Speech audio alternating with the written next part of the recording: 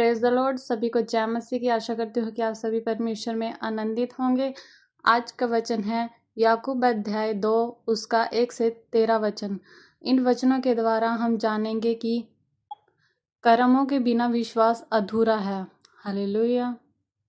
तो हम वीडियो को ज़्यादा लंबा न बनाते हुए वीडियो को स्टार्ट करते हैं। हम याकूब 2 अध्याय उसका 1 से 13 वचन पढ़ते हैं। हे मेरे प्रिय भाइयों, हमारे महिमा युक्त प्रभु यीशु मसीह का विश्वास तुम में पक्षपात के साथ न हो, क्योंकि यदि एक पुरुष सोने के छल्ले और सुंदर वस्त्र पहने हुए तुम्हारी सभा में आए और एक कंगाल भी मैले कुचले कपड़े पहने हुए आए और तुम उस सुंदर वस्त्र वाले का मुंह देख कर कहो कि तू वहाँ अच्छी जगह बैठ, और उस कंगाल से कहो कि तू यहाँ खड़ा रह या मेरे पाँव की पीढ़ी के पास बैठ, तो क्या तुमने आपस में भेदभाव न किया और कुविचार से न्याय करने वाले न ठहरे? हे मेरे प्रिय भाइयों सुनो, क्या परमेश्वर ने इस जगत के कंगालों को नहीं चुना कि विश्वास में धनी और उस राज्य के अधिकारी हों जिसकी प्रतिज्ञा उसने उनसे की है जो उससे प्रेम रखते हैं? पर तुमने उस कंगाल का अपमान किया।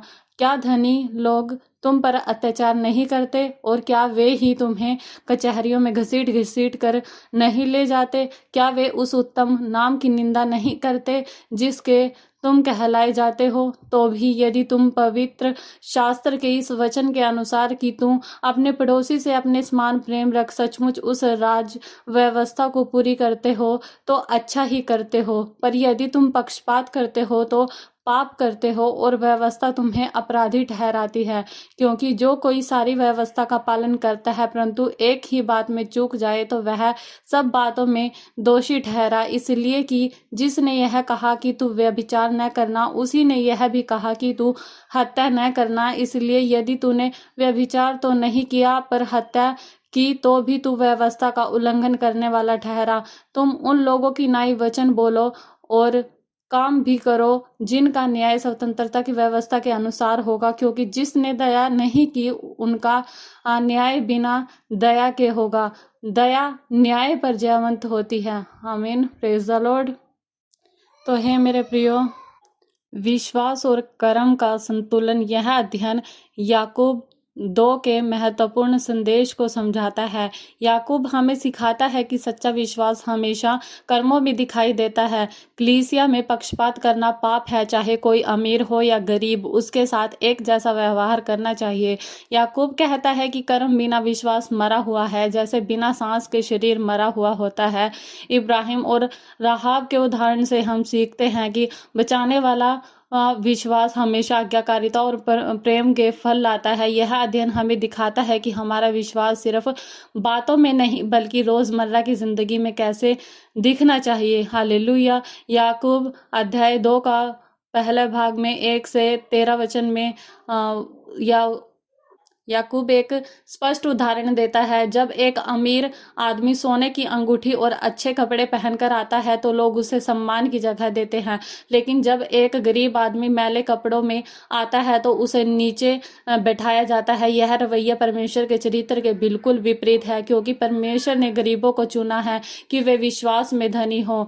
पक्षपात करना पाप है, क्योंकि यह प्रेम की आज्ञा को तोड़ता है। अपने पड़ोसी से अपने समान प्रेम रखो। याकूब कहता है कि अगर हम एक भी आज्ञा तोड़ते हैं तो हम सारी व्यवस्था के दोषी ठहरते हैं। यह हमें दिखाता है कि परमेश्वर की नज़र में सभी लोग बराबर हैं। उनकी आर्थिक स्थिति, जाति या सामाजिक हैसियत से कोई फर्क नहीं पड़ता।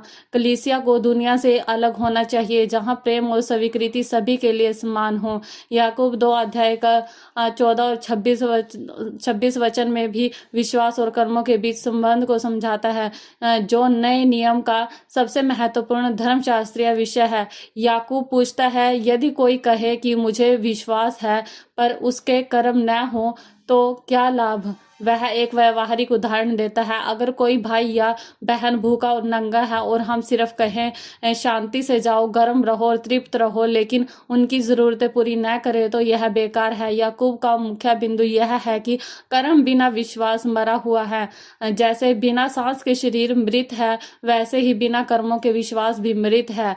यह पौलुस के विश्वास से धर्मी ठहराए जाने के विरोध में नहीं है, बल्कि इसका पूरक है। पौलुस सिखाता है कि हम कर्मों से नहीं बल्कि विश्वास से बचाए जाते हैं। लेकिन याकूब दिखाता है कि सच्चा बचाने वाला विश्वास हमेशा कर्मों का फल लाता है। याकूब इब्राहिम का उदाहरण देता है। जब उसने इसहाक को बलिदान करने के लिए तैयार किया तो उसका विश्वास उसके कर्मों से पूर्ण हुआ। इसी तरह राहब ने भी अपने विश्वास को भेदियों की मदद करके दिखाया। याकूब का संदेश स्पष्ट है, अगर हमारा विश्वास सच्चा है तो वह हमारी जिंदगी में आज्ञाकारिता, प्रेम और सेवा के रूप में दिखाई देगा, न कि सिर्फ मुंह की बातों में। अब सवाल यह आता है, हम अपनी रोजमर्रा की जिंदगी में इस सच्चाई को कैसे जिएं? सबसे पहले अपने दिल को जांचें। क्या आप लोगों को उनके कपड़ों, पैसे या हैसियत से आंकते हैं? अगर कलीसिया में कोई गरीब आदमी आए तो क्या आप उसे उतना ही सम्मान देते हैं जितना किसी अमीर को? इस हफ्ते जानबूझकर किसी ऐसे व्यक्ति से बात करें जिसे आप अक्सर नज़रअंदाज कर देते हैं, चाहे वह सफाई करने वाला हो, गार्ड हो या कोई और। उनसे पूछो कि वे कैसे हैं, उनकी ज़रूरतों को सुने। दूसरा, अपने विश्वास को कर्मों में बदले। अगर आप कहते हैं कि आप परमेश्वर से प्रेम करते हैं तो इस हफ्ते किसी ज़रूरतमंद की मदद करें। शायद किसी को खाना दें, किसी बीमार की देखभाल करें या किसी अकेले व्यक्ति के साथ समय बिताए। याद रखें, छोटे कदम भी मायने रखते हैं। परमेश्वर आपके दिल को देखता है, न कि आपके काम की बड़ाई को।